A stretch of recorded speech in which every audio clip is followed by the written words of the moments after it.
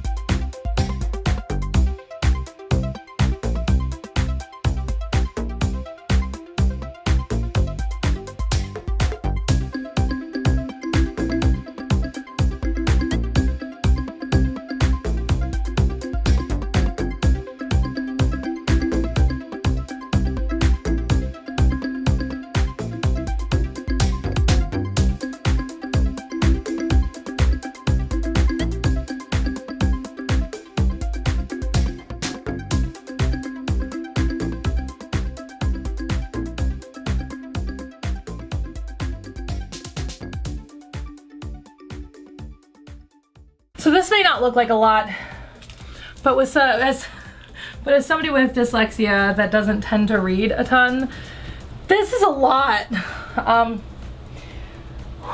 So let's get through it, and also I'm gonna organize the things that I'm keeping into categories like autobiography, biography, like nonfiction, right? And then fiction, maybe by genre of like young adult, and I have scripts in here, I have memoirs in here, I have cookbooks in here, I have textbooks in here. This is a lot for somebody who, one, lives in a studio, and two, doesn't read often. So, I also prefer hardcovers, so I almost want to try and keep hardcovers where you can see them and put paperbacks or soft covers, wherever you call them, kind of more hidden, you know, like how this thing down here, my chase, covers up a couple of the little cubbies, so like put the paperbacks or soft covers down here, put the hardcovers where you can see them a little bit better, that kind of thing. Anyway, let's get started. I think I've got everything, pretty sure. All right, let's just start here. So this is kind of a series. I actually don't think I've ever read them. These were graduation gifts from when I was in high school. So this is Dogma, and then this is Catnips. And that's because I've always really loved animals.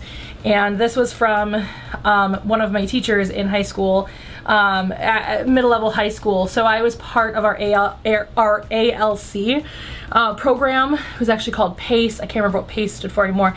Alternative education, which is usually where troubled teens go to school. I wasn't really a troubled teen as much as I was struggling with a lot of mental health problems that my parents just felt like they couldn't help me anymore. And so I ended up in our ALC program at my school, which was very different than a lot of other ALC programs that exist in the United States. And it was more about slowly integrating you back into regular school life.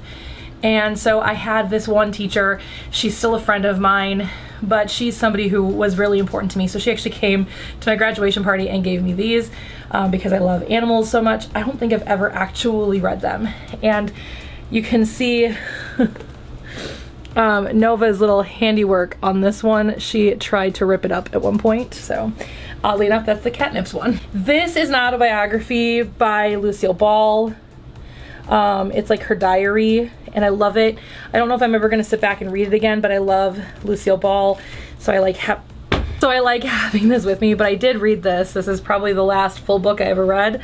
But yeah, this is really good. I'm gonna keep it because I love Lucille Ball. This one is a book that William Shatner wrote about his character in Star Trek, Captain Kirk, and kind of how he became who he was. I haven't read this yet, but I really want to, so I'm gonna keep this one too. This was a recommendation from my friend Sari. I don't remember if she knows the author or is just a fan, but this is Homeland by Ra Salvatore, or Salvatore, the Legends of Drizzt series. And it's because her username used to be something about Drizzt. I don't remember specifically. Sorry, we'll be able to give a whole lecture in the comments, so go look for her comments down below. Here's The Last Unicorn. If you guys don't know, I love The Last Unicorn. I've never actually read the book, but I have also Somewhere in This Abyss, the graphic novel, which I have read, and I've seen the movie 6 million times since I was a kid. It is a book by Peter S. Beagle. I actually got to meet Peter S. Beagle. He did not sign this copy of the book, but he did sign the graphic novel, because that's what I did have. This is 30 Life Crisis by Lisa Schwartz. I haven't read it yet, but I really want to, because your body just kind of falls apart at 30, and so I kind of want to read her experience at 30. This was a gift from a friend on my 30th birthday. It's her favorite book, and I have not read it yet. It's called The Confederacy of Dunces by John Kennedy Toole, but it's like her favorite comedic book. And so I do want to sit down and read it. I haven't done that yet, so I'm going to keep this. I used to be really a big fan of Ellen DeGeneres until recent stuff came out that she's actually not the person that she says she is. So I think this one's going to go. I think this one is going with the manga to Half Price Books, and whatever that ends up being, cool. Otherwise, it's going to be donated. This I actually got from a convention quite a while ago, Secondhand Origin Stories. It's what happens to the civilians or something. I remember it being really cool, and it's not like about the normal heroes. I don't know. I can't remember exactly what this is about, but I do want to read it. I met the author. I actually won this from my friend's podcast that he hosts about true crime. I'll leave information about his podcast below, but this sounds really cool. I like true crime, so I will keep this. Oh, all right. This is by somebody that I know very, very well. I know this author. This author hasn't signed this book, I don't think, but I could probably get the author to sign this book because I see the author pretty much every day. Their pen name is actually based off of Cosmo's name because I used to call Cosmo Hurricane Cosmo, and so this person chose their pseudonym as Hurry Cosmo. So check this author out. I like this person a lot. One of my few Candace Bushnell books. So if you guys don't know, Sex and the City, the show, was based off of a book series, or a book called Sex and the City by Candace Bushnell, and then she wrote some other books. This one's Lipstick Jungle. This one also became a TV show for a short time. I never watched it, but it only lasted like one season, so I never bothered to watch it, but I'm keeping it. So let's just get through my Mitch Albom books, shall we? Because we all know how much I love Mitch Albom and how much I'm keeping each and every one of his books. I think some of them are somewhere in the pile still, but I love Mitch Albom. He's my favorite author. I met him. I have a book signed by him. Not any of these, but it is technically one of these. It's a long story. You'll see in a second. This is a graphic novel called Control-Alt-Delete. I never continued collecting it. It is signed by the author right there. 2013, he was a guest at GeekCon. So I have a lot of stuff from guests at GeekCon, so, and I hold on to them because they remind me of the good times. So does Sorry. Sorry is also something that I've kept from my time at GeekCon.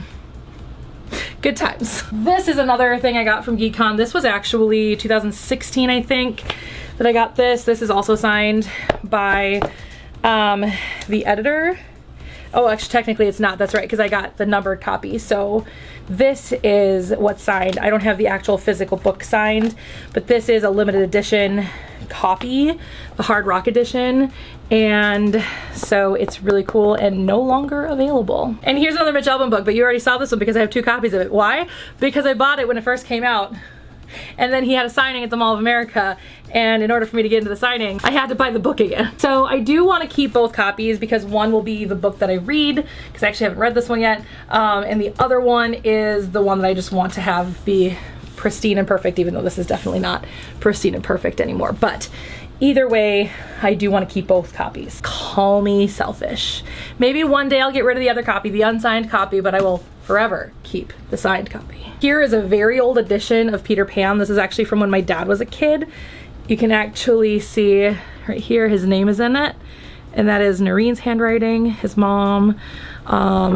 So this is actually my dad's copy from when he was a young kid. So I'm definitely gonna keep this. This is so cool. If you look, this was 10 cents, and this was published in 1969, so my dad would have been 11. So this is a very old edition of Peter Pan, and I'm definitely gonna keep it. So this is what's called a new adult book, and it's called Losing It. I bought it because it sounded interesting, but also because when I started writing Deepwater, I really thought that I was gonna go into that new adult genre. I don't think so. I think I'm just gonna go straight into like just adult stuff, but they tried to make this a thing and it's just not catching on. But this is called Losing It. It's about a girl who's trying to, I hate the term, lose her virginity, because you're not losing anything and virginity is a social construct, so don't like that term. Asking for Trouble is the book that is the book that was written that inspired one of my favorite rom-coms, The Wedding Date. So Asking for Trouble, if you've ever seen The Wedding Date with Delmar Maroney and Deborah Messing, this is what it's based off of, and I'm very much looking forward to eventually reading this. I actually didn't have this for a really long time because my mom had it, because she wanted to read it, so she read it. She actually really liked it. She said it wasn't the best book in the world, but she said it was pretty good. So I do want to sit down and read it, and since I am writing romances, I do need to actually sit down and read the adult romances and the new adult romance that I have, so that I can really try and get better at writing romance. And here is Sex and the City. Now you might wonder why I blindly bought Candace Bushnell books, which that's not the only one over there that I bought, without actually finishing Sex and the City. What Yu-Gi-Oh card is that? Oh my god, it's Exodia the Forbidden One, the head of Exodia. I was wondering what happened to that card. Anyway, I never actually finished Sex and the City. It's interestingly, I mean, it's written for a newspaper article. Like, it's written, it was a column in a newspaper, just like Carrie in Sex and the City. Candace Bushnell was a sex columnist in New York City, and it got put into a book. And so it's just written oddly. Anyway, so I've never actually finished Sex and the City. I've been at the same part for probably 10 years. Memoirs of a Geisha, I'm never going to actually read. I had the idea that I wanted to read it at some point because the movie was good, but I'm never actually gonna read it. So this is going with Ellen. Bye. 1,000 Splendid Suns I bought like 10 years ago as a recommendation. I don't think I'm ever gonna actually read this. So this is also gonna go to somebody else one day. This is Phantom of the Opera. If you guys know anything, I love the musical. I've seen because I studied film in school, so I have seen the silent film of Phantom of the Opera. I've not actually sat down to read the actual book. I tried at one point. It's really boring, but I do want to keep it because at some point I do want to sit down and actually read it. This is Geisha, A Life. So this is actually like a memoir about being a geisha. So this I am actually interested in keeping because I am curious, but at some point, if I don't read it in a year, maybe next year I'll get rid of this one, but I'm hoping to read it this year. Hoping to read a lot this year. That's the goal. That's why I kind of want to go through all of this and really kind of because it's been a while actually since I've been through my books. I think the last time I went through my books was 2 years ago. And this is going to help me kind of get reacquainted with the books that I do have and books that I haven't read yet, and really maybe get me excited to actually start reading. Oh, and there is one book that I don't actually have because it is upstairs, but I am currently reading it, so I guess we're keeping it for now. This one is You Are a Badass. This is a self-help book essentially to try and psych yourself up. I haven't actually sat down to read it yet, but I do want to. Chances are good I'll get halfway through it and realize that this is terrible and doesn't take into account, and like many self-help books don't actually take into account mental health disorders.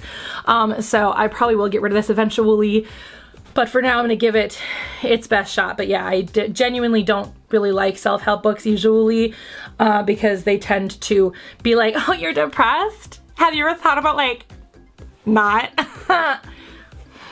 This is probably what this is. Overdraft. This is another, oh my God, what is with all of the fur everywhere? My cat doesn't have that much fur, and it's all white fur, so it's my cat. Anyway, so this is Overdraft. This is another guest that was at GeekCon one year. This one is also signed. So this is the first book he wrote that was his own story, because he usually writes Star Trek stories and Star Wars stories, which I should have. Well, no, Mom has it. There is another book. Mom has it because Mom's gonna read it, where Riker is actually the villain in that book. Like, he turns on them. It sounds really great and I cannot wait to read it. But my mom has it right now and she's reading it. But this was the first book, I think, if I remember correctly, that he wrote that was his own story. I have not read it yet, but I plan on it. I'm gonna do these here at the same time. These were also from, I know a lot of these authors in these anthology books. Specifically, Bill Bodden, who is a friend of mine. I think he actually signed both of them. He and I have a very antagonistic, yeah, this one's to me. So Britt, hope you enjoy the story, and pleasant dreams is what he wrote in that one. So then this one's the one that's written to my mom. And he said something rude. We have a very antagonistic friendship. I haven't seen him in years though, because I stopped doing GeekCon a long time ago. 157. This is 157. That's very strange. Whoever put this book together was incorrect. There we go, found it. It's 171. It says, Mary, delightful to meet you at GeekCon. Enjoy, and bless you for putting up with Brit. August 2016. So this one was actually written to my mother. But there's this long inside joke that he and I have about Reese's. I'm just gonna grab a pile and figure it out. This is The Outsiders. This is one of my favorite books. I do reread it frequently. A Wrinkle in Time. I think I want to re-buy this one. This one is a very old copy again, but there is no connection that I know of with it. I think I may have actually just gotten it by happenstance. I don't think there's like a connection to this old copy. I can't find a name in it. And I don't know the story behind why I have this old copy. 1978 might be my mom's old copy. I'll have to ask her, but chances are good I want to find a different copy of this book. I do love this book. I do reread it from time to time. I mean, yes, it's outside of my age range, but so is Animorphs. Leave it alone. And then I have Tales from Shakespeare, which I love. I like Shakespeare a lot. And then I have Fault in Our Stars by John Green. I think for right now I'm going to keep all of these in this pile, but chances are good this one will go away. But for right now I'm going to keep all of them. Okay, let's grab all of these. These are all graphic novels. I have the Guild graphic novel back when that came out. That web series came out, I was really into it. I think I can probably get rid of this. I don't see myself rereading it. I don't ever rewatch the web series, so this one I think I can get rid of. This is the Po Twisted Anthology. This is edited by Enrique Yang, the same one that did the Hard Rock edition of the 27 Club. So this I do want to keep. I like Poe, and I like this graphic novel. Here is the Last Unicorn graphic novel I talked about a little bit earlier, and this is signed by Peter S. Beagle. So this I'm going to keep.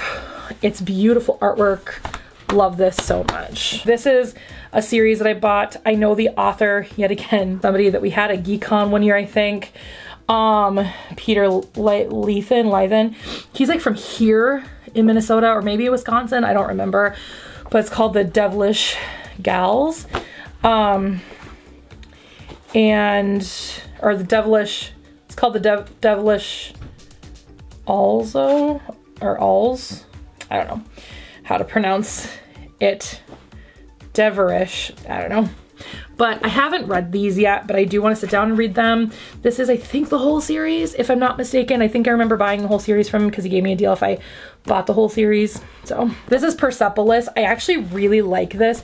It's actually an old textbook. You can see here. This is actually an old textbook. I took comic book cinema when I was in school, when I was in college, and this was one of our textbooks. The other one was The Watchmen. So yeah, basically graphic novels were our textbooks for that class. But this one I actually kept. I got rid of Watchmen a long time ago, which I kind of regret because I wish I still had Watchmen, but I could always rebuy it. Like, that's very commonly able to be rebought. I think there's even a second one of this, but this is such a great graphic novel if you're at all interested. It is about this Muslim girl who lives in France, and she just wrote about her life, and it's a graphic novel, and it's fantastic. I love it. If you haven't, and you like graphic novels, please pick this up. It's awesome. I have an array of Power Rangers comics and graphic novels.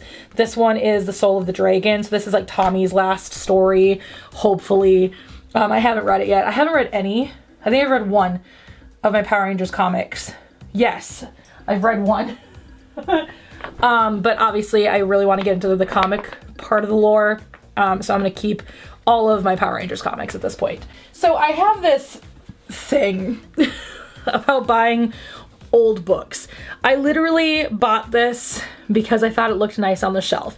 Now for me, not only do I sometimes get into this habit of enjoying to read, my brain works in mysterious ways. I am dyslexic, which is technically a neurodivergency, so my brain just functions differently, and reading for me is a lot of work. In a lot of situations, I don't enjoy reading. And now a lot of people are like, well, then why don't you just listen to audiobooks? Because if I'm gonna listen to something, I want it to either be a television show where I can also have a visual if I want it, or be listening to music. Like for me, I mean, I even have trouble staying with the podcasts that I love. Like Joel McHale just came out with a podcast, and you all should know how much I love Joel McHale. You'll find out when I talk about the book that I have by him.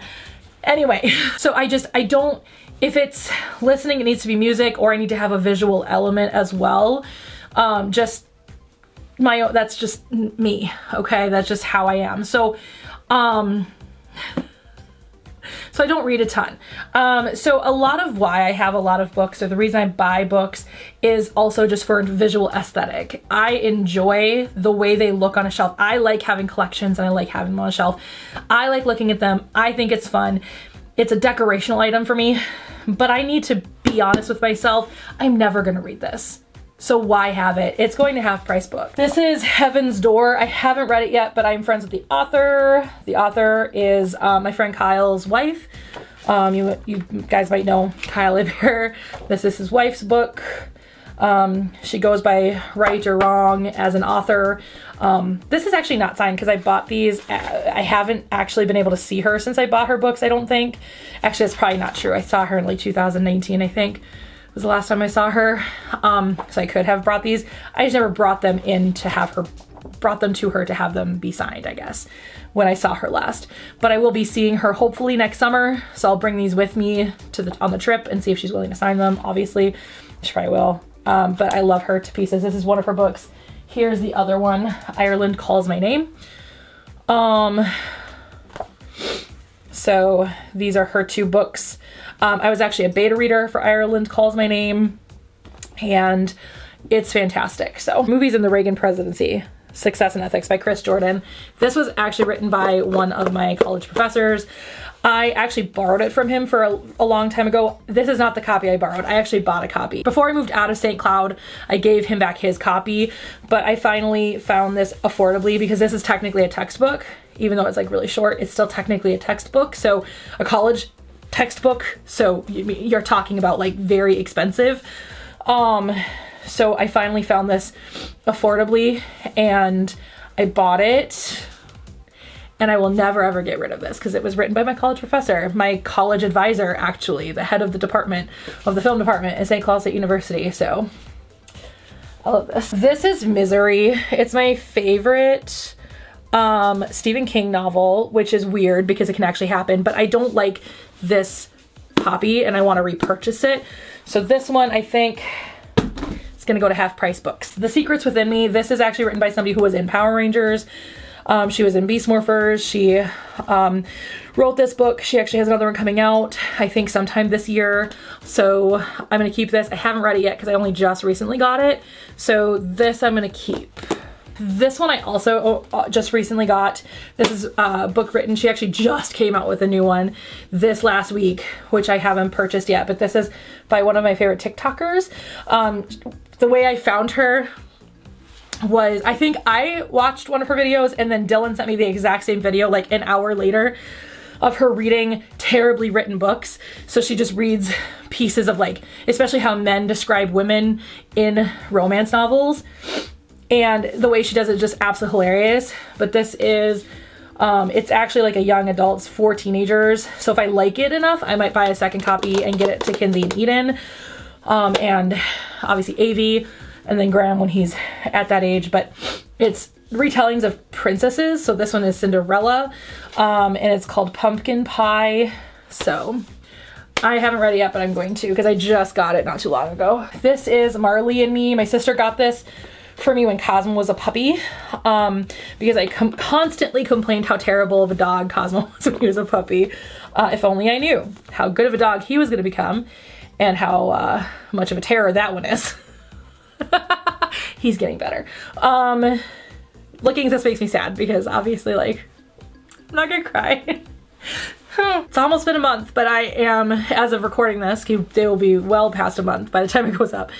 It's almost been a month, but I am still very sad. So, I'm gonna keep it. And then I have a few books to help me deconstruct my relationship with Christianity, specifically, as I've been trying to reconstruct the concept of purity. So here's The Purity Myth. I also have another one. I don't know what happened to it. It's somewhere in this house, but I bought two at the same time, The Purity Myth, and then the other one was Church 2, like Me Too, but Church 2. But it's basically deconstructing the concept of virginity and the concept of purity and why religion grasped onto purity culture and how purity culture is actually extremely harmful and dangerous. And so this is really great. And then I also have If God is Love, Don't Be a Jerk. This came very highly recommended for Christians who want to deconstruct their Christianity, but also still find the healthiness within Christianity. And then Bad Theology Kills is one that also came highly recommended in that same regard. So I'm very looking forward to reading these. I haven't actually sat down to read them yet, but they are like pretty high on the list of what I'm going to read soon. Here are the books that I got for Christmas this year. So the Disney War, which I'm absolutely keeping. I mean, I literally just got these for Christmas. This is The Hidden Magic of Walt Disney World. I'm going to keep that. You guys know me and my Disney. And then A Sucky Love Story, which is a memoir by Brittany Louise Taylor. I was never really a fan of any of her like videos on YouTube or anything. Like, not, if you are, that's great. She's never really struck a chord with me personally, but I heard about this story and I wanted to learn more about it. So I have the book, and I obviously just got these. Christmas was almost a month ago. So this is Not a Tame Lion. This is kind of a breakdown of Narnia. So I do want to read this because I love Narnia. I've always loved Narnia. The Chronicles of Narnia was what got me into the concept of reading it all. And then Animorphs was what got me to really start to enjoy aspects of reading that I never fell in love with before. But I've always really loved Narnia. I don't actually remember where I got this or when I got this or how I got this, but I am absolutely going to sit down and read this at some point, but this is something that I do absolutely want to keep. Oddly enough, I don't actually own the Chronicles of Narnia, and that is because last time I went through my books, I had this massive omnibus of all of the books in, I think they were in chronological order, not release order, but I found that I didn't like reading the books in such a big, huge format, so I do want to actually like buy the books at some point. But probably just individually. I'm still gonna have them in chronological order. Do not come at me. I like the chronological order better than the release order. These I know are going away. So I have Shane Dawson's 2 books. Okay, these next set of books. My friend Melissa is an author. She actually is having her book released this year, and I'm very proud of her, and that is a book that I'll buy and never ever get rid of because I'm so proud of my friend. She and I have known each other for like 10 years, probably actually longer. I think 2010 is when we met, so we're talking 12 years this year. But I always trust her judgment when it comes to young adult novels. So anytime she posts something about a book and it sounds even halfway interesting, I just buy it. So this is As If on Cue, which makes the theater kid in me very excited because it's theater. This one is It All Comes Back to You. This one is Indivisible. And this one is You've Reached Sam. And what I love is that these books are also very diverse and are written by diverse authors, and I love that. So I am trying really hard to focus on that kind of thing as well. So I am very excited. This one I'm actually the most excited about, if I'm honest, because I love this concept. So I guess these two were dating, he died, and then she calls his number just like to hear his voice or something, and then he answers. I love that. I'm gonna get rid of this one. So this is politically correct bedtime stories. In my more ignorant days, I thought this was funny, but what I'm learning is politically correct is also just, you know, trying not to offend people. So I don't find this funny any longer. This is Possum's Book of Practical Cats. So if you don't know the history behind this, this is by T.S. Eliot. If you don't know the history behind this, it is the book of poems that were used to create the musical Cats. My mom got this for me a long, long time ago. I don't think I'm in the mindset to read it right now. It's called One Good Dog, and I'm pretty sure the one good dog dies in the end, so not gonna read it right now, but I do want to keep it because I just want to keep it. Ghosts and Haunts from the Appalachian Foothills. I love ghost stories. I believe in ghosts. I do want to keep this. I do read the stories in this every once in a while. Not at night. Definitely not at night, but I do read them from time to time. Notes on making of Apocalypse Now. So this is also a textbook technically, but I actually really enjoyed it. It is written by Eleanor Coppola, which is the wife of Francis Ford Coppola, who was the director of Apocalypse Now. And it's well known that her documentary and her book about Apocalypse Now were more successful and better than Apocalypse Now. I have seen Hearts of Darkness, I have seen Apocalypse Now, and I have read notes, all in one film class, because that was the whole point. Yeah, I have to agree, Apocalypse Now is atrocious. Absolutely atrocious. But I do like notes, and I do like Hearts of Darkness. I don't actually own Hearts of Darkness, but I do have this, and I haven't reread it since college, but it is something that I would like to maybe reread at some point, especially if I want to start talking about film again on this channel. I do want to start diving back into my textbooks that I have kept and my notes that I still have and stuff about film history and criticism and theory. And so this is something that I will conceivably read again. This is Ireland, A History. I love Ireland, but I don't see myself actually reading this book. If I did want a history book on Ireland, I think I could find more interesting sounding books. So I think this one is going to go to Half Price Books. A lot of books that I have, they're just kind of random. Like they're textbooks, but they're not books that I actually studied in school, because I never studied the history of Ireland in school. The closest I ever got was watching like an Irish film in film history or film criticism, but if we even actually did. But these all came from, there's this church just down the road from me that has like these book sales, and so my mom and I will go, and it's like you just fill up a bag of books and you pay $5 to do it. And so my mom and I do it kind of as a donation to this church, and we get a whole bunch of really cool books, but do they ever like stay in my possession? No. I think that's where my copy of Misery came from. I think that's where Yin and Yang came from. I think that's where Memoirs of a Geisha came from. Like seriously, most of what I'm gonna be tossing came from that, I'm sure. Not tossing, bringing to Half Price Books. Then we have all of my Disney, not all of them, I think there's a couple more buried in there somewhere, but we have my Disney books.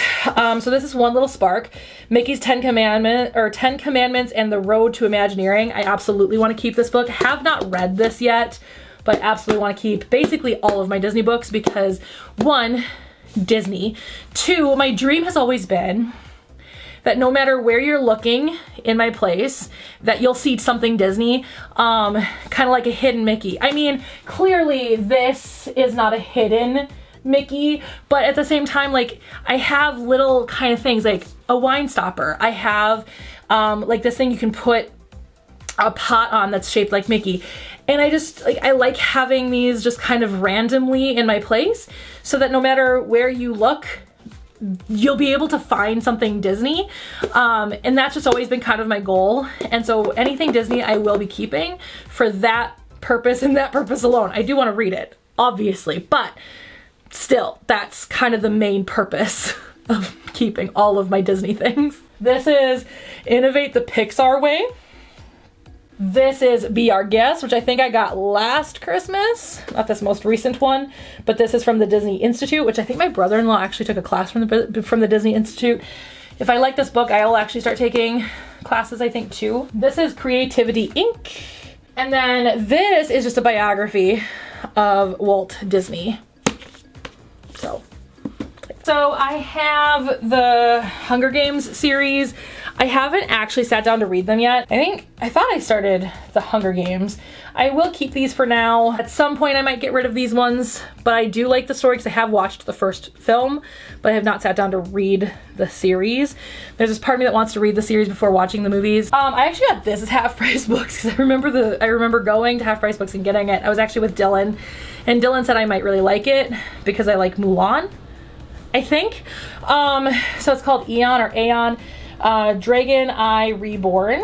It's a young adult novel, and I do want to read it because Dylan said it'd be good. And again, I trust Dylan's judgment. There we go. To say that 10 times fast. I trust Dylan's judgment a lot as well. So I do want to eventually read this. Here is The Princess Diarist by Carrie Fisher. I don't remember which Christmas I got this one. I think this may have been the Christmas after she died that I got this one. I want to get all of her memoirs, but this one my parents got for me for Christmas because obviously it's all about Star Wars, and I'm a big Star Wars fan, have been since I was a very young kid. I accidentally bought them for my mom for Christmas because I thought it was Star Trek. Here's another Candace Bushnell book. This one is 1/5 Avenue. Haven't read this one yet either, but I do want to. I've heard this is like her best one, so I'm excited to read this one. This is first on my list, actually. Actually, first on my list should be to finish Sex and the City, which I will do eventually. Though out of principle, I may not ever finish it, because what is my life if I finish that book? Anyway, I also have Will Smith's new book. I haven't read it yet, but I'm very much looking forward to sitting down and reading this, because I am very curious about his life and who he is and what his thoughts are on life and things. So I will eventually read that one. These are all there's selected plays by Bernard Shaw. So these are scripts. God, these are dusty. I need to clean that shelf. It's so bad, you guys. It's so bad. Anyway, I do want to keep these. One, I like the old cover look, but also I really like Bernard Shaw. He's one of my favorite playwrights. The only playwright that I love that I don't have like collections of is Arthur Miller, which you'd think, why not? He's your favorite playwright. And that's just because I haven't gotten one yet. So that is something I do want to get. But this is something that'll be staying because I love Bernard Shaw. And if I'm honest, my dream, oh God, my dream has always been to start a theater at some point in my life. And so having a lot of references and things of plays that I could possibly do is really, really helpful. I have plays, still scripts from high school of plays that I did that are in this pile somewhere. And I want to do those. And I also want to put on plays that I write, and I want to put on plays of like Minnesota playwrights and things, or whatever state I'm living in. Because hopefully I won't be living in Minnesota my whole life. I want to move somewhere warmer. Not warm, not hot, but I want to move somewhere warmer. Pacific Northwest. Dylan, want a roommate? Because I'll move to Oregon. Actually, I'd rather move to Washington, but we can talk about that some other time. Anyway, but yeah, so anything script, anything theater is likely going to be kept, FYI. Okay, so this one is by Greg Weisman. This is actually the second book. So if you guys don't know who Greg Weisman is, he created Gargoyles. He was also a guest at GeekCon, and he's amazing. I love him. He's such a sweetheart. I think, did he sign both of them? Yes, he did. So here's this one that he signed. The first one I have somewhere. Again, it's somewhere in this house. I run across it every once in a while, and I'm like, oh, I found it, but I'm also like looking for something else at the time, and so I just kind of put it out to the side, like, I gotta remember to put this, and then it's gone again, and I don't know, man, I don't know, but so I at least have this one, but I'm gonna keep it, because this is a really cool sounding series, so I do want to actually sit down and read them once I find the first one. This is a Star Wars book. This probably came from that church sale thing too. Star Wars: The Truce at Bakura. Didn't realize that Yu-Gi-Oh! And Star Wars had a crossover. I'm probably not gonna keep that one. I like it in theory, but for some reason I've never been into the Star Wars books ever. A Star Trek book. I don't think this is a novel, or I don't think this is an author that I know.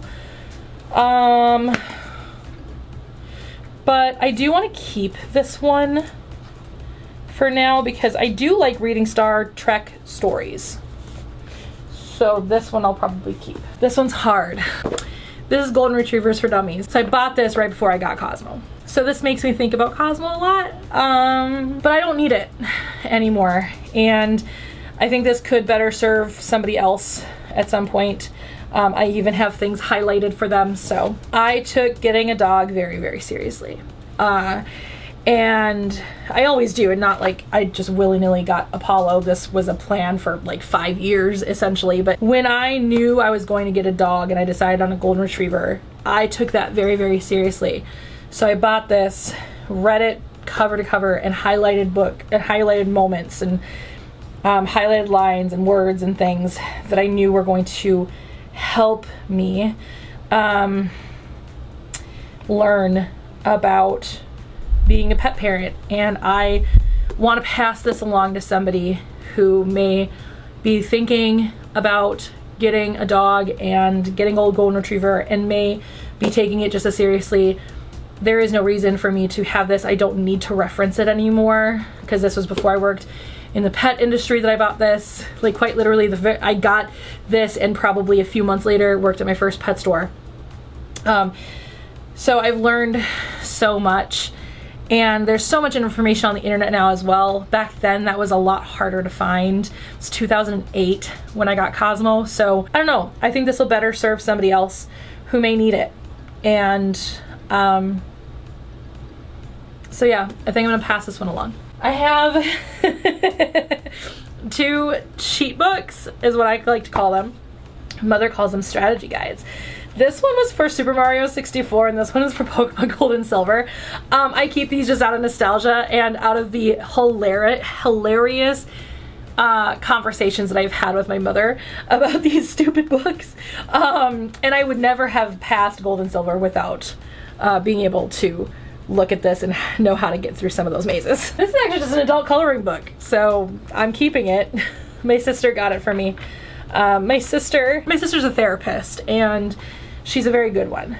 She's not my therapist, obviously, but my sister has always been very supportive of my mental health struggles, and she bought this for me when I was having daily panic attacks when I worked at Petco, because I thought I missed the pet industry when I went to go work for Petco, but what it ended up doing was triggering my traumas of PetSmart and what I went through at PetSmart, and I was having daily panic attacks. And so she bought this for me, and I kept this in my locker at work, and on my lunch breaks I would color in it.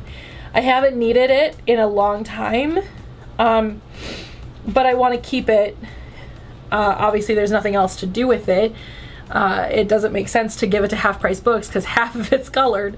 But anyway, this was something that really brought me a lot of joy and helped me calm down when I was severely triggered, which none of us understood was PTSD or CPTSD at the time. My sister may have had a theory that it may have been because of how anxious I would get. So this I'm gonna keep, obviously, but it just also reminded that my sister loves me, which as a kid I questioned a lot. Speaking of my sister, so this I accidentally bought for myself. Yes, accidentally. So I actually bought this for my sister for Christmas, and because I prefer hardcovers, I specifically bought her the hardcover.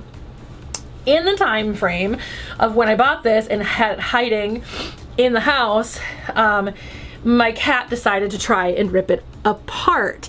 And so a couple of days before Christmas, if you go back and watch my Vlogmas vlogs on my vlogging channel, you will find that I went to the Mall of America specifically to buy another copy of this, because I was about to wrap it and found out that the dust cover was ripped. And so I found another copy and I just decided to keep this. So when she opened it, I told her the story and I was like, you can choose whichever one you want. Do you want the soft cover? Do you want the hardcover? And she said she preferred paperback, so I decided to keep the hardcover. But this is about this guy's trek up Mount Everest. This should have been in my manga one, but I keep it with my books. But this is a manga of the of Super Sentai, Go Ranger. So this one I keep. I haven't actually sat down to read it yet, but I'm very excited too because I miss Super Sentai. I need more Super Sentai. So shout, Hasbro, get your shit together and give me more Super Sentai, please. Thank you. This is a book from my childhood. This is not the book from my childhood, but this is a book from my childhood. The Stinky Cheese Man and Other Fairly Stupid Tales. I actually bought this not too long ago because I thought it would be fun for my nephew because he would love these, but he ended up not being interested in it all. But it's still fun for me to have because it brings me a lot of joy because I loved this when I was a kid and I don't know what happened to the copy from when I was a kid. So I have this and I'm very happy to have it. There's another one that I thought I actually ended up dreaming up because I could not find it, but I found it. I just haven't found an affordable copy yet. So I'm looking forward to eventually buying that too. It was the first book that I ever had that gave me a lot of really fun facts about animals. So I do want to get that eventually. It also made me not be afraid of the creepy crawlies because it's pretty much about the dangerous animals and the creepy crawlies and stuff. But anyway, I love this book and I'm going to keep it, if only just for aesthetic purposes. And yes, I have reread it since I got it. Before I show this one, I want everybody to be aware, I genuinely want to read this. I am currently reading it. And I probably won't keep it after I've read it. And I want everybody to be clear, I am Team Brittany. But I did buy Jamie Lynn Spears' new book. The curiosity got to me. Just the pure curiosity of what she had to say about Britney Spears, what she had to say about the Zoe 101 stuff. I rewatch Zoe 101 pretty frequently, so it just got me super curious, and I am currently reading it, and I will read it, finish reading it, and I don't know if I'm going to keep it after I'm done, but yes, I do have this, so I'm going to keep it for now because I am currently reading it. But from the information that, you know, people are, even like that one actress from Zoe 101 that she talks about in this book, she's like, none of it's true, and Britney Spears saying none of it's true, and so I'm questioning a lot of what is in this book, but the curiosity got to me, you guys, and I will read it. I am reading it. I actually got this at Half Price Books when I think I was with Custer. God, it's dusty. This is Lingo. It's this guy's journey through Europe, and he specifically goes to Poland. Oh, I actually opened it up to the Polish chapter. That's weird. And I think he also went to Norway too. And so I'm just trying to find out. But he learned a lot of stuff. Yeah, he does. He does go to Norway too. But he learned a lot of the languages while he was on this trek. And so I wanted to get this and read it. I have not read it yet, but it is on the list of books that I want to read. I mean, a lot of these are on the list of books I want to read. And my plan is to hopefully get through a lot of them this year. That is the plan. And then my parents got me this. This is a fictional book, but it's called Poland. My mother loves the fact that I'm having to dust off my books. My mother is very excited about the fact that I'm very interested in our Polish history. So anytime she can support my desire to go into my Polish history, because she's curious too, because my grandfather never really talked about being Polish. As far as he was concerned, we were just Norwegian, and that was what we needed to focus on, and that's fine. But he never talked about our Polish history, and he's been gone for many years. On the 19th, I think it was 15 years since he'd been gone. But we're still in January, by the way, upon filming this. But I wish he was still alive so that I could talk to him about the things that I have learned so far. I haven't read this yet, but I want to, and it just makes me feel really close to my grandfather, because he was always somebody who was kind of hush-hush about his heritage and hush-hush about where he was from and stuff, because Polish people were not revered. They were shunned and made to feel bad about themselves, and it just makes me sad because I'm very proud of who my grandfather was, and I am very proud of my Polish heritage anyway. So I don't know what this is going to teach me about Poland, but hopefully it'll teach me something about Poland. I think I have another one somewhere, but these are all of my language dictionaries. So if you guys don't know, I'm multilingual. I studied French in college, so I have this. I've had this since college. I will keep this because I do want to be able to continue to speak French. Not that I ever really want to go to a French speaking country. The closest thing that I want to do is see Montreal at some point. And luckily enough, that's part of the French that I learned was Canadian French. So that's great. So the pronunciations at least will be right on track. But I don't really want to visit a ton of French countries. So at some point I'll probably get rid of this, maybe after I finally visit Montreal. But aside from that, I really don't have a lot of interest in French countries. Learning about French culture, I don't like the French. Does that mean? Probably. I have this, which is a very simple Norwegian to English and English to Norwegian book. Which I do reference a lot. I don't speak a ton of Norwegian anymore, but I do still want to keep it. I am currently learning Polish, so I have the Polish one. Obviously, I'll be keeping that one. This is my Japanese one. I am going to pass this along because I have learned that I'm just probably never actually going to learn Japanese. I bought this like in high school, hoping to teach myself Japanese, and it's just not sticking. So this one I'm going to pass along. And then this is my Spanish to English, and I do still actively speak Spanish. So not very well anymore, but I live in a very diverse part of Minnesota, being in the Twin Cities, so I do run into Spanish speakers, and I have had to translate for my parents, and I've had to have Spanish conversations with people in hopes to help my parents who do not speak a word of Spanish. So now that I think about it, I probably don't, because I think it was the Spanish one that was somewhere else, so I think that is actually all of them. So I have Animorphs. This is the graphic novel version. I said I wasn't gonna get any of my Animorphs, but I did grab this one. I am gonna keep the graphic novel version. I am collecting the graphic novel version as they come out. I actually just purchased, it came out in October and I forgot. I did just purchase the second volume. So I do want to collect these as they come out, because I find obviously graphic novels being a lot easier for me to read than for my dyslexic brain to read than actual novels. And this is just like a really cool format, and I'm very excited to have it. And once I have the whole thing in graphic novel form, I may actually consider the idea of getting rid of my original release version of the novels, but we'll see. Here's Polls in Minnesota. I took, and I never actually finished it. And the reason why, I mean, because it's not that big. But the reason why I never actually finished this was because the reason I bought it, and I will eventually actually sit down to finish it because it won't take long. But the reason why I bought this was first to learn about my Polish history, but I bought this specifically for a class, which is what gave me the, like, I need to read this now. I took a Minnesota history class, and initially our finals were supposed to be just a piece of Minnesota history that you wanted to talk about. So I was going to do a lot of research on the Polish communities in Minnesota because my grandfather grew up in one. I didn't know much, obviously. And so he grew up in one of the Polish communities. There's like 3 in Minnesota, and he grew up in one of them. And so I was gonna write about that, but then he changed the final at some point.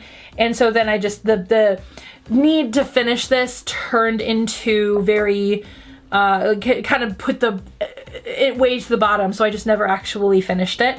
But obviously, like I said, this is not much, and I'm nearly finished.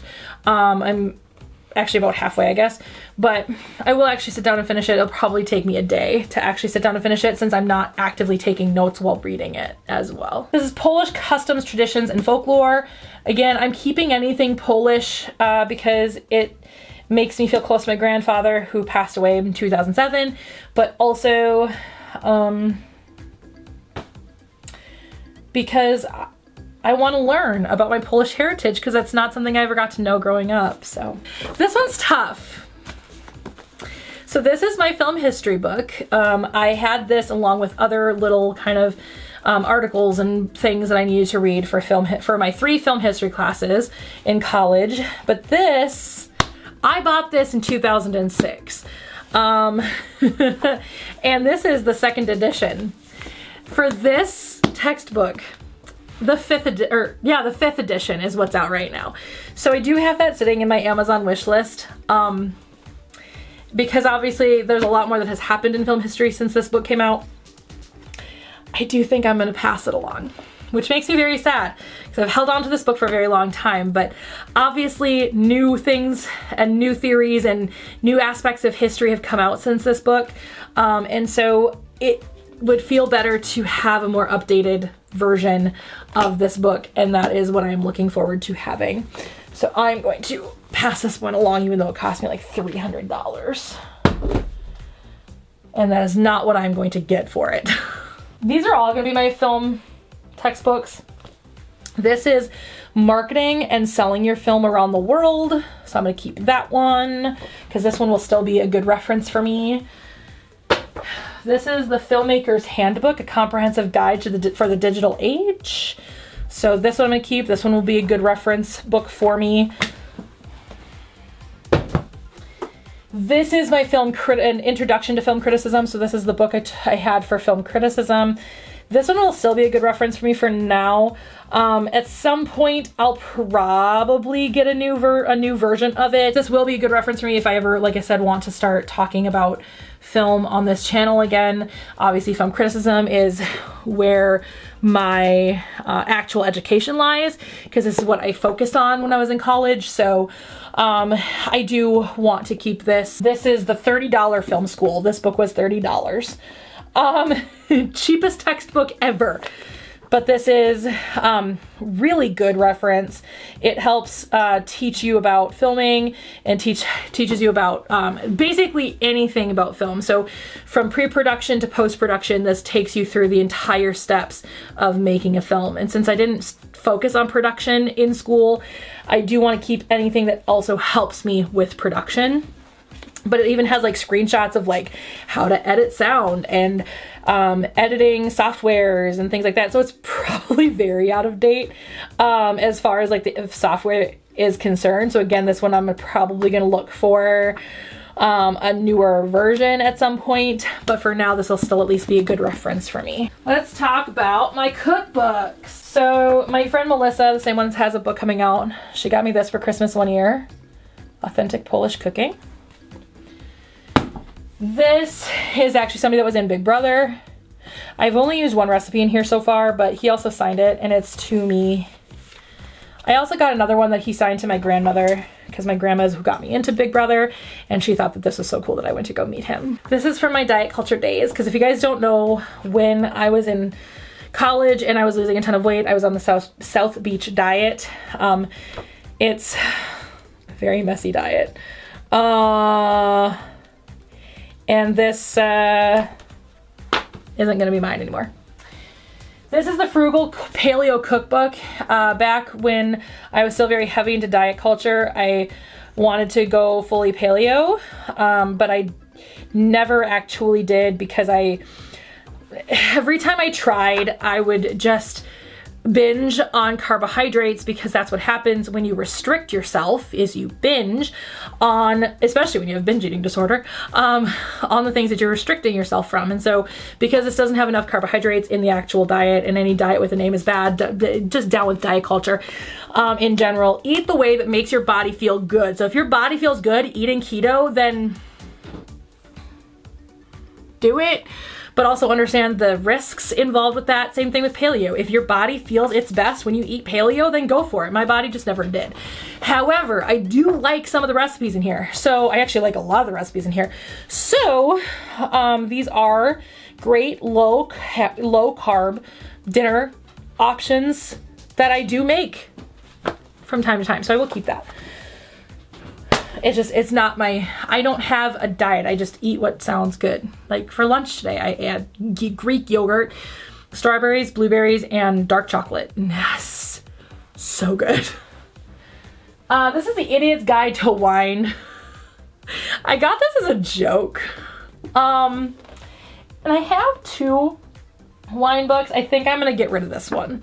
I think I'm gonna pass this one along because I don't like the way it looks on the shelf. And honestly, with my cookbooks, aside from actually using them from time to time, this one doesn't look good on the shelf, and that's part of the reason I like having cookbooks is aesthetical purposes, because if I'm not using them, I still want them to look nice in my kitchen. So this one I'm gonna pass along. This is the Unofficial Disney Parks Cookbook. So this was written by somebody who created dupes of Disney recipes. I actually did use this for the first time this Christmas. I made the Bavarian cheesecake. I made my own version of it because the recipe that's in here does not actually work the way that it's supposed to. But I have the real one, like actually coming from Disney sometime this year. I can't remember when it's coming out, but I have it pre-ordered and I'm so excited to have both. But this one I'm gonna keep because that cheesecake turned out good. This is a cookbook for PCOS. The PCOS diet for newly diagnosed. I am not newly diagnosed. I was diagnosed when I was 17, but this still has some good recipes in it. I don't know if I'm actually gonna keep it, but it does have some good recipes and meal plan ideas, but I'm not gonna follow that. But see, you can have some breakfast ideas and there's some lunch ideas. So I'm gonna keep it just because it's gonna have some really good stuff that will work towards my hormonal issues with PCOS. If you guys don't know, PCOS is polycystic ovarian syndrome, and it affects a lot of people with uteruses, well, people with ovaries, I should say, because it doesn't affect the uterus, it affects the ovaries. And it's very painful at times, and it's very uncomfortable, and it is really unfortunate when you have it. And I deal with symptoms a lot. I've been able to manage a lot of my symptoms because I have medically been taken off of the thing that causes most of my pain. Use your imagination, boys. Here's the one pot Mediterranean diet. Again, I don't love diets with names, but I do like the Mediterranean diet because it is a more sustainable diet. So this is the one, and plus it's like it's like the one diet that all dietitians, even intuitive eating dietitians, tend to like, because it's not really a diet. It is truly an eating style, a lifestyle. Like, you can eat this way and have it be very sustainable. But my dad should eat Mediterranean diet, according to his doctor. So I do have this, so whenever I cook dinner, I try to pull a recipe out of here and use that to try and keep him as healthy as possible. But I have this one and I have another one as well, but this one is like really easy recipes. The other one's a little bit more intense recipes. Here's the other one. This is the Complete Mediterranean Cookbook. So I am gonna keep both of these. This one actually also comes with like a lot of interesting facts about why the Mediterranean diet's so good and stuff. But again, I don't sit there and go, oh, I follow this specific diet. I eat what makes my body feel good. And if it doesn't make my body feel good, I don't eat it. If I don't enjoy the taste, I don't eat it. I'm not allergic to any specific foods, so it doesn't really matter. That's the one problem with my dad being on the Mediterranean diet. It's very nut filled. My dad can't have tree nuts, so there you go. And then again, I have this one, which is another, this one's like flexitarian, I think is what they call it. It's mostly pescatarian, just also some chicken recipes in here, but it's mostly plants.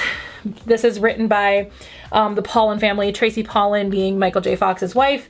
And I actually bought this relatively recently. I haven't used any recipes out of it just yet, but I do plan on it.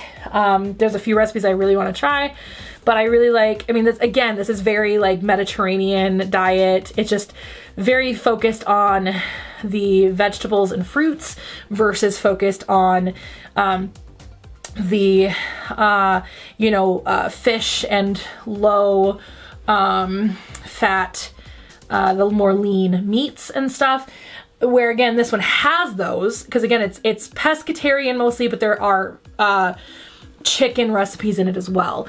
But I do want to try and eat more plant-based in general. I don't want to become vegan or even pescatarian. Again, I'm not going to go into any kind of actual restrictive diet, but it is good to at least have some interesting recipes when it does come to salads for sides and things like that, to increase my vegetable intake, because I know that my vegetable intake needs to go up. So this is No Exit and 3 other plays. If you guys don't know, No Exit is what they use. The Good Place is theoretically based on No Exit. I've not actually sat down to read the play. And then there's a couple of other plays in here as well. This is Riders to the Sea. I was in this production. Oops, I also picked up another one. So I was in this play. This is a 1-act play. That's why the script is so tiny. It's a 1-act play. I had to learn how to do an Irish brogue in order to do this play. And I loved this play. And I would love to put it on again because it's such a good play. It is so beat up. This is literally the copy I had when I was in high school. It's so beat up. We actually did this one alongside Riders to the Sea. So my school, our spring production usually was 2 different 1-act plays. So we'd have one 1-act play, we'd have intermission, and then a second 1-act play. So this one was the first one we did during that production. This is I Bring You Flowers.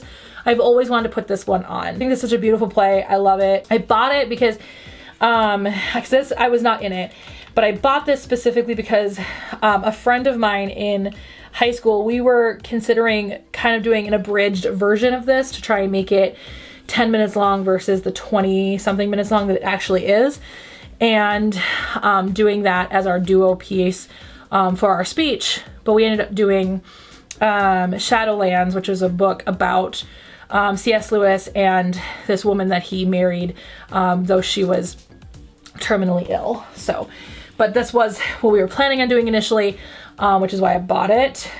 But yeah, we ended up not actually using it, but I do actually want to put this play on at some point. Here's Oh What a Tangled Web. This is another 1-act play that I was in.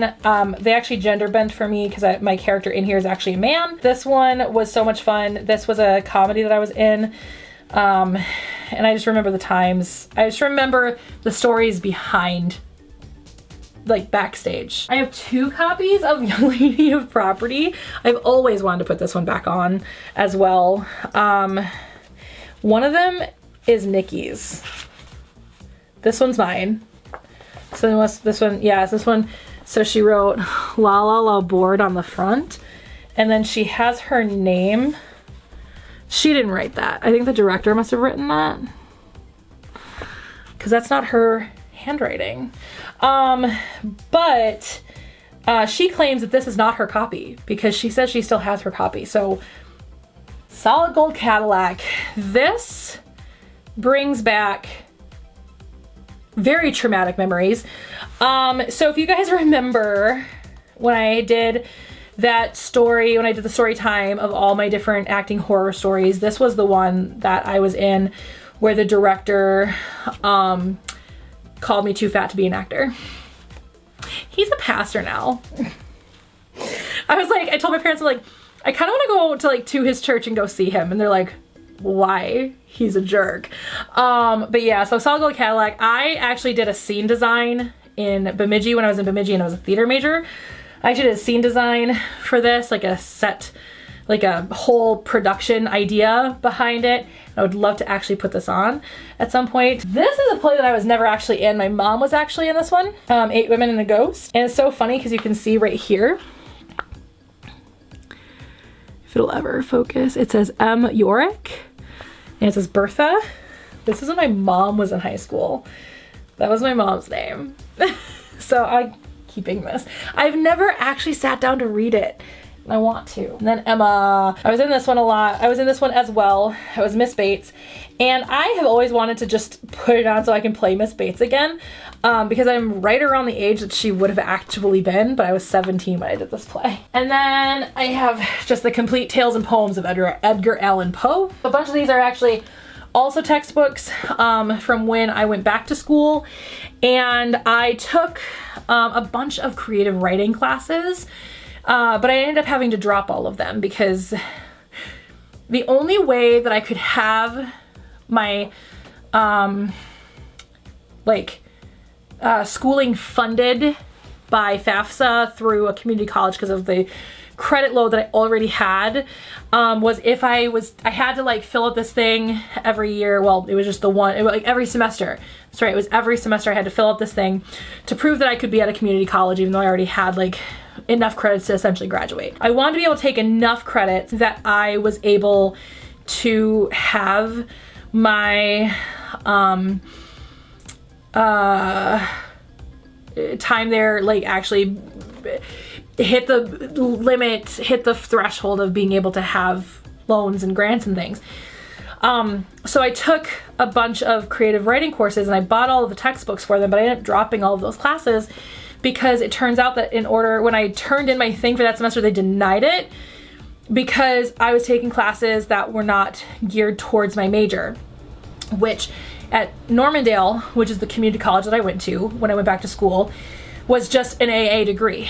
So I ended up switching my major to a history associate's degree, because I needed so many credits to graduate from Normandale, because that was originally the plan, was to graduate with an AA degree and then take that to St. Cloud and graduate with my BA. But turns out I didn't need to actually do that, so I ended up taking one history class that semester plus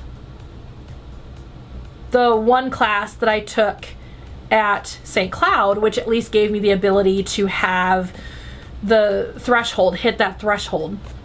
So I have a bunch of these. This is Flash Fiction, Field Guide to Writing Flash Fiction. I do want to keep this because I like the concept of flash fiction. So, and then I have also alongside that flash nonfiction. I want to start writing that kind of stuff because I like short stories and things, and flash fiction is just kind of interesting to me. And I also have prose poetry, which these are all basically the same. I guess they're not. They're all done by the same publishing company, but they're not by the same people. And then I also have Body Geographic, which is also supposed to help you with writing, creative writing. And then I have A Man Jumps Out of an Airplane. I think this is also flash fiction or flash nonfiction, flash short stories essentially. And then this is The Religion of Hands, Prose Poems and Flash Fictions. And then The Writer's Compass. So those are that was all from like one or two, I think it was two classes, two creative writing classes. So I have them all. I never actually took the courses. I was like at the first class of each one, which if you've ever been to college know that it's basically just syllabus and getting to know each other. So I never actually really took them because I had to drop them right away, but I digress. And then I have the Actor's Audition Guide. This is written by my friend Michael Coleman. It's not signed by him because I have not seen him since I have purchased this book. But obviously, Michael, once I see you, you know I'm bringing this with me, and you know you're signing it. So, oh, Joel McHale. So I love Joel McHale. I have loved Joel McHale since I was in high school. And I say this as a joke. I am waiting for Joel McHale to meet me, realize he's in love with me, leave his wife for me. So there's that. I say that as a joke, clearly, but I love Joel McHale, and I love how like just funny he is. I've gone to his stand-up. I used to watch The Soup. It's the reason I watched Community, and then I bought his book. So you're welcome for the money, Joel McHale. Then I have You Don't Have to Be a Shark. I guess we're doing the rest of this in the dark. It's actually not too bad. So I have You Don't Have to Be a Shark by Robert Herjavec, which is my favorite shark from Shark Tank. He's got a couple of books. This one my parents got for me for Christmas last year, not this most recent Christmas, but the Christmas before. So I'm gonna keep that. The rest of my Mitch Albom books, I mean, they were all usually together. It's just when I was pulling them all over, they just got separated. This is, I think, the newest, Stranger in a Lifeboat, and then Have a Little Faith, and For One More Day. Obviously keeping them. I've read Have a Little Faith and For One More Day. I've not read his newest. I'm on Phone Calls from Heaven, whatever that book is actually called. That's the one I'm on. So I've got that one, Frankie Presto, Chica, and then the Next Person You Meet in Heaven, and then The Stranger on a Lifeboat are the ones I have yet to read. These ones actually, These ones I actually bought recently. These are graphic novels. I bought them at a convention, at the convention I went to in October. They are actually done by a filmmaker, and so the art is very, I want to see, he signed them. Actually he just said thank you very much, Britt. He didn't actually physically sign them, it seems. Oh well, whatever. But the point is that the art is very storyboard, so I really like that concept. I've not sat down to read them yet. Again, this is the whole series, so I'm very excited. I need to separate these all out into categories still. Yikes. Here's another Power Rangers. Oh, here's our Power Rangers graphic novel. This is Shattered Grid. I got the hardcover copy of Shattered Grid, which, if you guys don't know, is an alternate universe Power Rangers where Tommy never became a hero and it kind of destroyed their whole world. Again, I hate the whole hero worship of Tommy Oliver, but I like the concept. So, and then these I'm gonna pass on. These are another books that I got from that like book sale thing, but this is Ireland and Canada. I'm gonna pass these along because if I'm actually gonna sit down and read about them, I don't need these books. I'm keeping a lot more than I'm getting rid of, but at least I'm getting rid of some of them. So we're in good shape to an extent. This one I think I'm also gonna get rid of. This is the Anthology of American Humor. Again, I got it because it looked nice and it was an old looking book. I'm gonna pass this one along. I don't see myself ever reading it. I don't like American humor. This is a Red Dwarf book, actually written by the creators. Is very dusty. Holy moly. If you guys don't know, I love Red Dwarf. I've not read it yet, but I do want to sit down and read it. I actually just recently-ish got it from my friend Shayna, who was getting rid of a bunch of books, and she gave this one to me because she knows I love Red Dwarf. I have the Bible, but what's fun about this Bible is it has my name engraved in it. I got this when I was in 3rd grade. In the ELCA, you are given a Bible once you're in 3rd grade. So this is presented to Brittany Hallis from the something circle, Our Savior's Lutheran Church, September 10th, 1995. So 2 days before I would have turned 9. And it was also really fun because it was Our Savior's Lutheran Church's centennial year. So it's got a centennial thing on there. It's the revised standard version. So I do want to keep this because it is nostalgic to me. I am still like, I still identify as a Christian, even though I'm not like, I don't wear it on my sleeve. I don't talk about my religion very much, but I do want to actually keep this because I do still hold this very dear to my heart. This was given to me by my favorite pastor that I've ever had. Sorry to rob my current pastor, but this was given to me by my favorite pastor I've ever had. I've had a very close personal relationship with him. I was one of his favorites, and he passed away a few years ago, and so this just is very near and dear to my heart, and I will never need another Bible. Noreen gave me one a long time ago. I think it's still upstairs.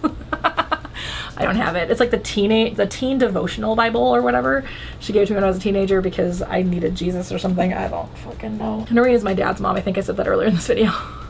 I don't call her grandmother. I will one day actually do a wine story time. I've never wanted to talk about my family drama, but now that she's gone, I feel a lot safer doing so. Fun facts about cats. I like this book. It's just kind of cute. Oh, I never finished this pile. Whoopsies. Okay. This is Voice Lessons by Ra Paulsen. I'm gonna keep it. Man, the Rubber Mask. I did read this back when I first got it. I think Cosmo was a puppy when I bought this book. This is just a memoir of Robert Llewellyn when he was on Red Dwarf and stuff, so I do want to keep that. This is a joke. This probably very much also came from that book sale that I usually go to every year. They haven't had it for the last couple of years, obviously, but at that church just down the road. The Illuminati, a novel. I think this is actually like a fictional novel, so I do want to sit down and read it. But the reason why it's a joke is because one night when I was with my Wednesday night crew, we all decided we were going to join the Illuminati.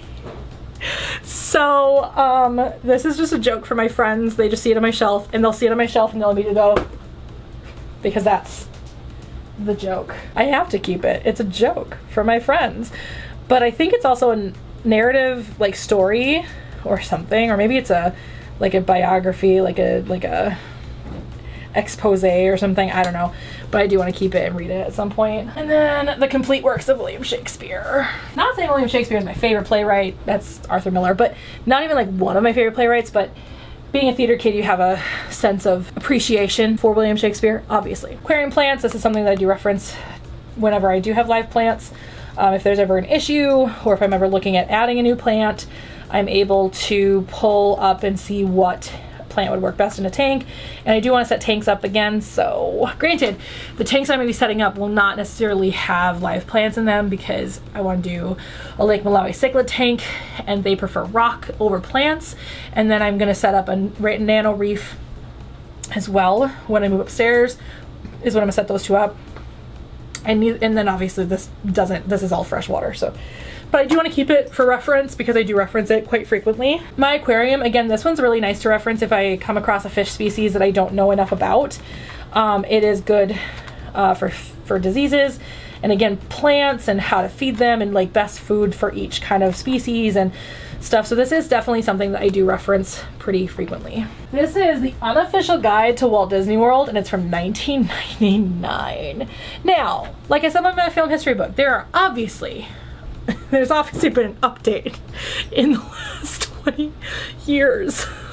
But this was from our last trip to Disney World when I was a kid. And it's just fun to have. So, and again, it's Disney. And it's fun to look back and see like what was there and what's not there anymore. It's kind of fun. So yeah, I'm gonna keep it. This, I think I'm gonna pass on. It's just such a big book. And again, if I'm gonna learn, oh, it's martial arts. And if I'm gonna learn stuff about Japan, I don't need this massive book to do it. So that one I'm gonna pass along. Last pile. Oh my goodness, we're almost there. Chinese paintbrushing, I do want to keep it.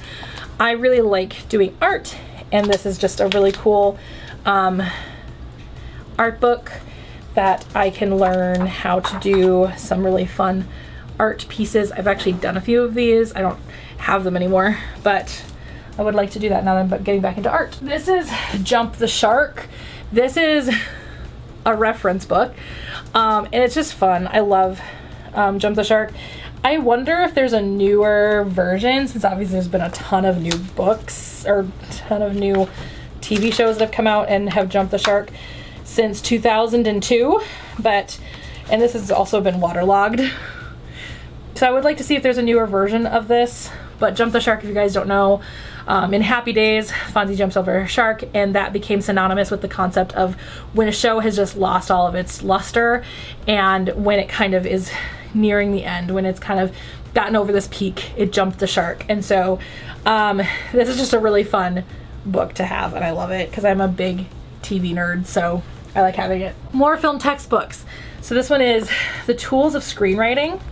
So I do want to keep that because obviously I am a screenwriter, so this will be something I'll reference a lot. Understanding the Film, I think this is from my Art of Film class, maybe?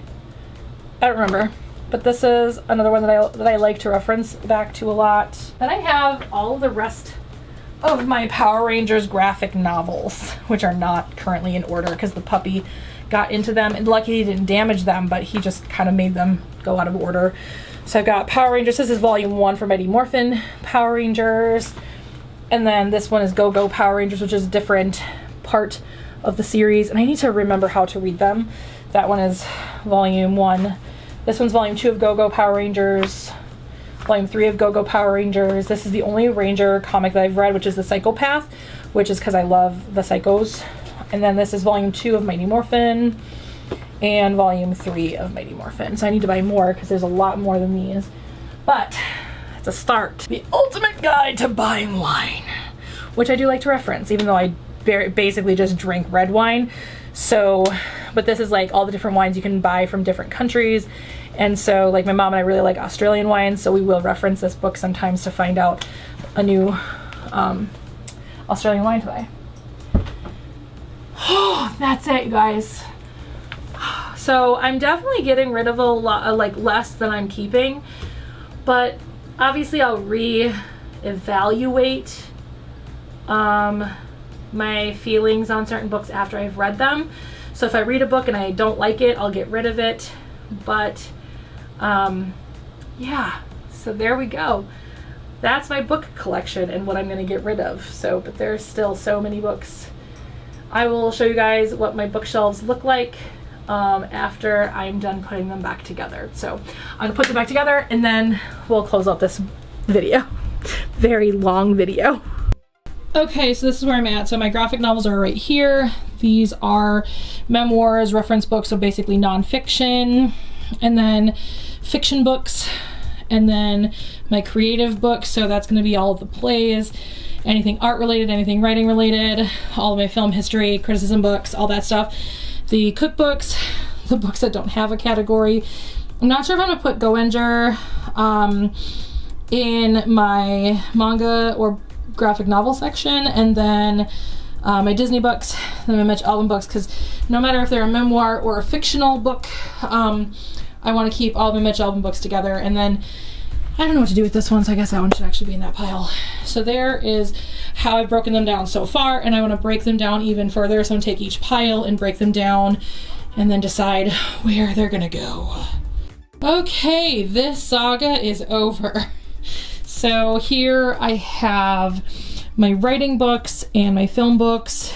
Then these are the memoirs. I didn't know what to do with Cat Dogma, so they're just randomly right here.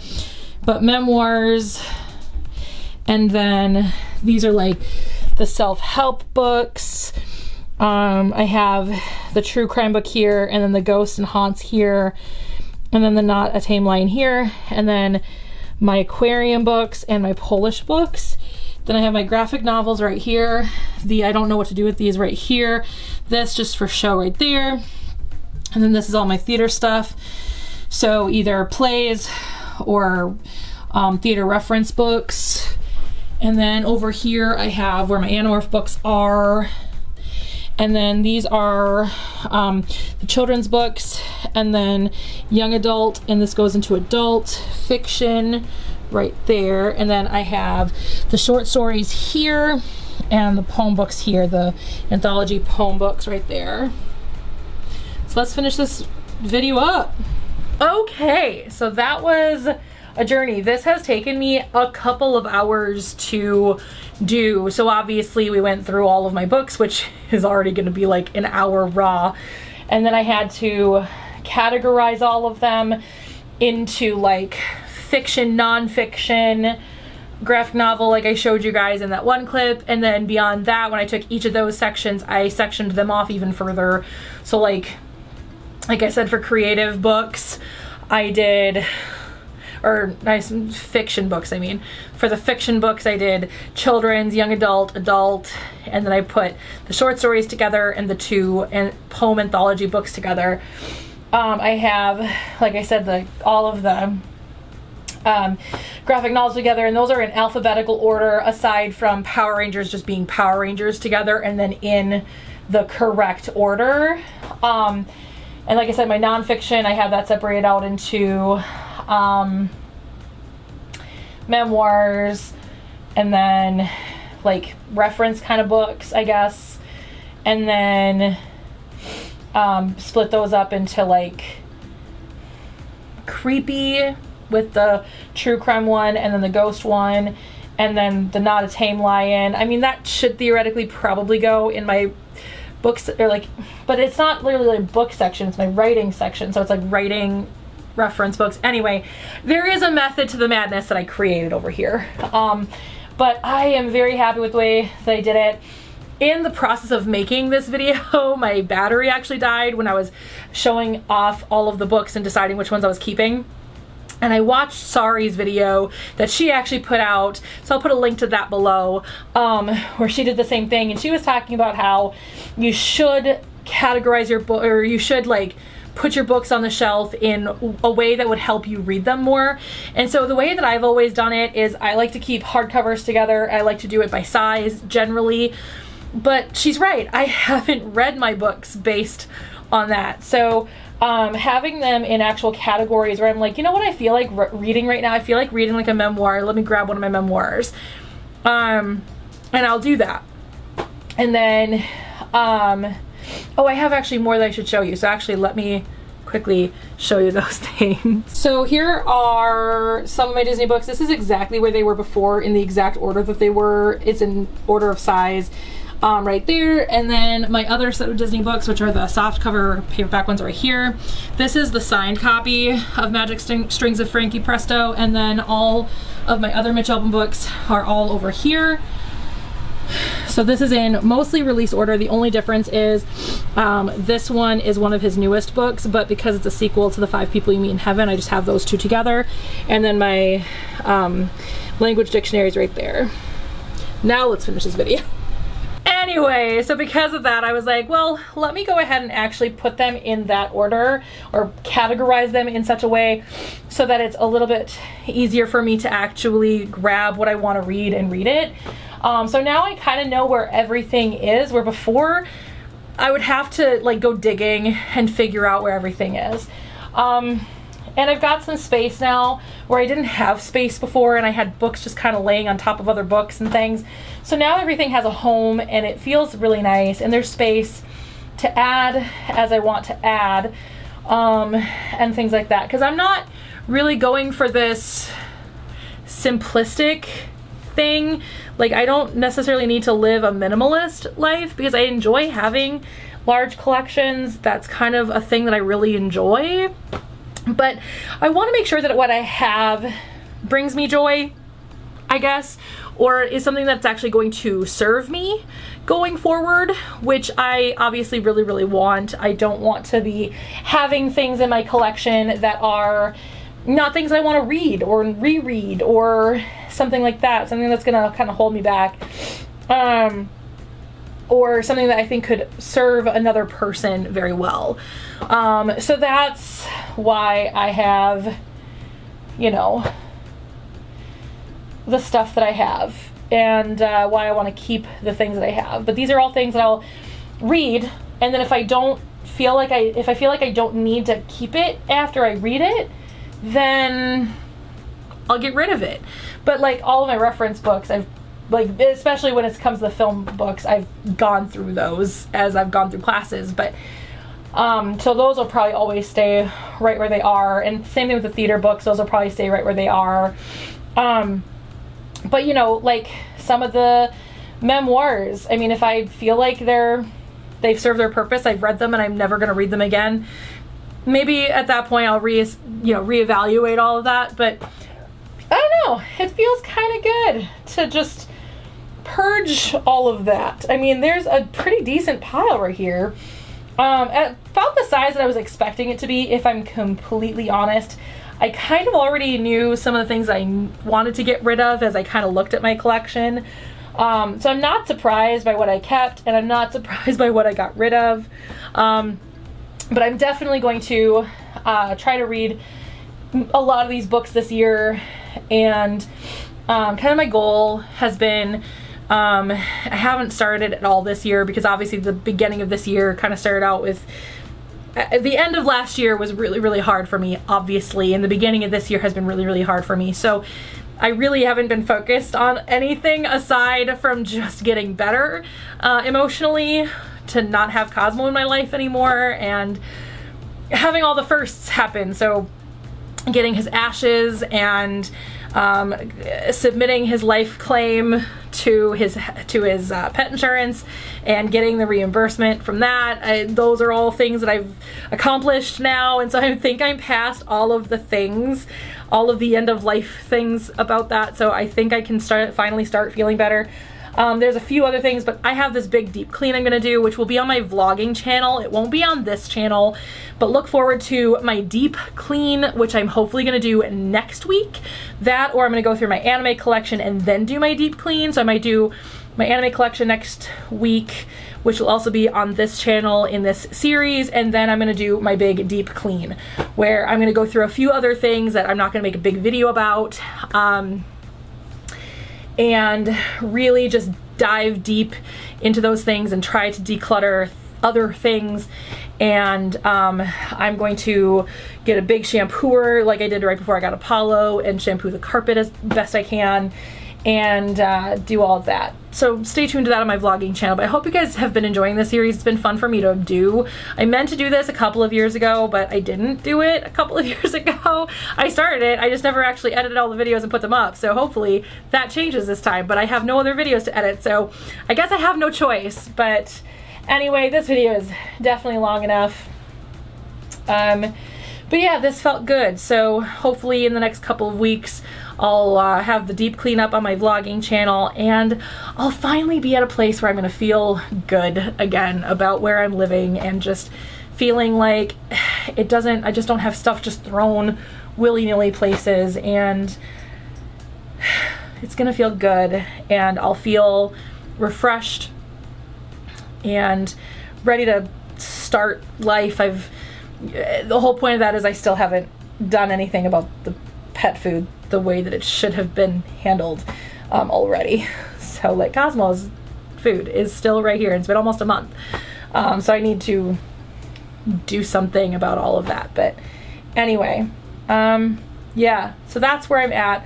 I'm actually feeling pretty good emotionally right now, which is really good considering I cried in the middle of this video. But I am going to end this video here. I hope you guys enjoyed it. If you guys want to see the last cleaning video I did, or decluttering video, whatever you want to call it, you can click right here. Otherwise, if you want to see the whole series, I'm going to create a playlist and you guys can click right here. If you click here, you can subscribe to my vlogging channel, here to my main channel, hit the bell for notifications on both those channels so you don't miss a single one of my videos.